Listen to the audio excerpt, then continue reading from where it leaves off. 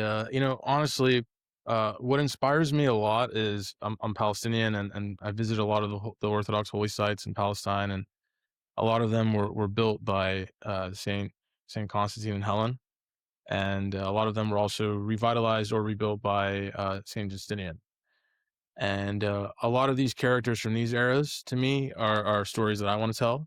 Uh, from when the empire went to from pagan to Christian, and I think this is like a missing piece of history, and it's a missing piece in cinema. It's a topic that really hasn't been covered very much.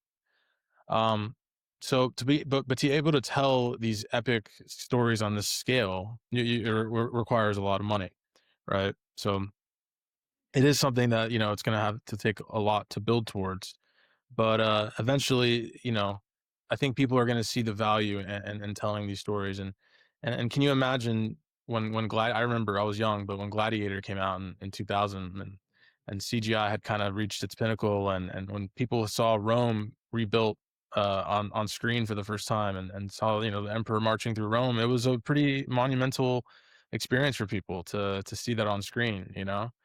And can you imagine if a high budget Orthodox film brought Constantinople to life, Yeah. or told the story of a great saint like Saint Lazar of Serbia who died for his faith, Mm. or somebody like Saint Constantine, or Saint George, The building uh, of Hagia Sophia. yeah, and Saint Justinian. These stories, they're incredible stories. They lend themselves to epic filmmaking. And there's just so many, Basil the Bulgar Slayer.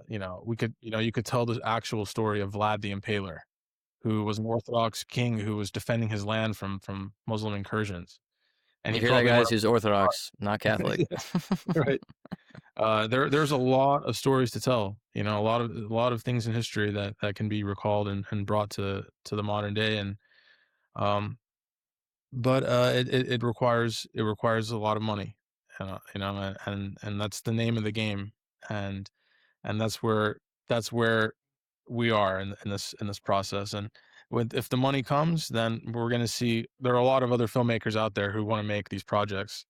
So so I just think we're just in the beginning stages, and I think that as this industry grows, we're gonna see a lot of this stuff come to life, and we're gonna see a whole new culture created through these films, and then hopefully through other media, including video games, which is something I really really hope to see in the future as well as Orthodox themed video games.